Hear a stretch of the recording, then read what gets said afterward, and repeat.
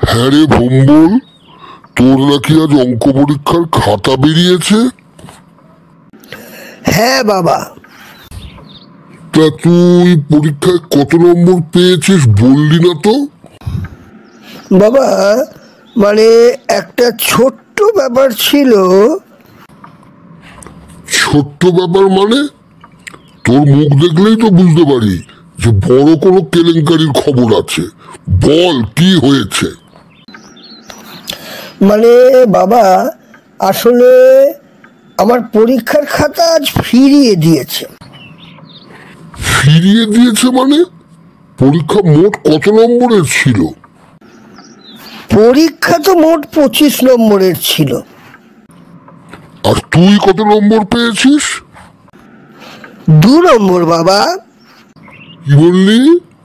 2 নম্বর? মাত্র 2? তুই পরীক্ষা দিতে গেছিলি না ঘুমোতে গেছিলি? ঘুমোতে যাব কেন বাবা? আমি ফালতু নাম্বার নষ্ট করি না, ভবিষ্যতের জন্য জমা রাখছি। কি বললি? ভবিষ্যতের জন্য জমা রাখছিস? তা এখন তুই 2 কেন পেলি সেটা আমায় বুঝিয়ে বল। হ্যাঁ বাবা, আমার পরীক্ষায় ফেল করার অনেকগুলো কারণ আছে। কি? ফেল করার একটা না, অনেকগুলো কারণ? এক এক করে বলে ভালো কারণগুলো শুনি। জানো বাবা, আমি যখন পরীক্ষার দিন স্কুলে যাচ্ছিলাম সেই সময় রাস্তার একটা কুকুর এসে আমার হাত থেকে কলমটা ছিনিয়ে নিয়ে গেল। কি? হাত থেকে কলম ছিনিয়ে নিয়ে গেল?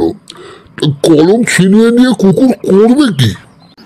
বাবা, কুকুর তো আর জানে না কলম দিয়ে লিখতে হয়, তাই দাঁত দিয়ে চিবিয়ে কুকুর কলমটাকে নষ্ট করে দিল। মানে তাই বলে তুই একটা নতুন কলম কিনে নিতে পারলি না?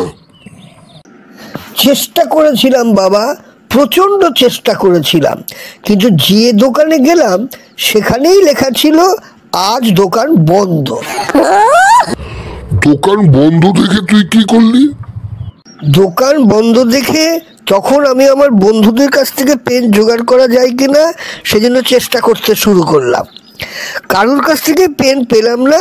অনেক কষ্টে এক বন্ধুর কাছ থেকে যাও বা একটা পেন জোগাড় করলাম, কিন্তু সেই পেনটাও ছিল খারাপ। তা তুই কি শেষ পর্যন্ত পরীক্ষা দিতে পারলি? হ্যাঁ, ওই খারাপ পেন নিয়েই শেষ পর্যন্ত পরীক্ষাটা দিলাম। আর কি কি হলো শুনি। এর পরের কারণটা হলো, আমি খাতার উপরে লিখতে পারিনি, কারণ স্যার প্রশ্নপত্র এত ছোট হরফে লিখেছিলেন যে আমি কিছুই পড়তে পারিনি। তাহলে ক্লাসের সবাই কিভাবে পড়লো? সবাই তো চশমা পরে, আর আমি চশমা ছাড়াই চেষ্টা করেছি, তাই ফেল করেছি। বাবা, তা আর কোনো কারণ আছে ফেল করার?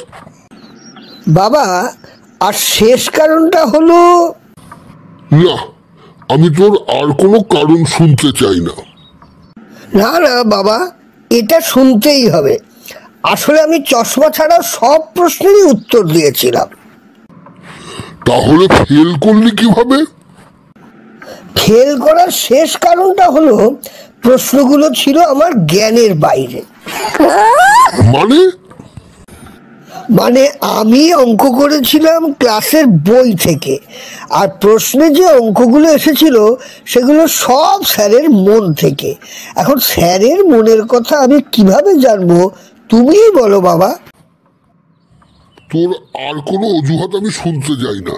তুই এখন যা আমার সামনে থেকে।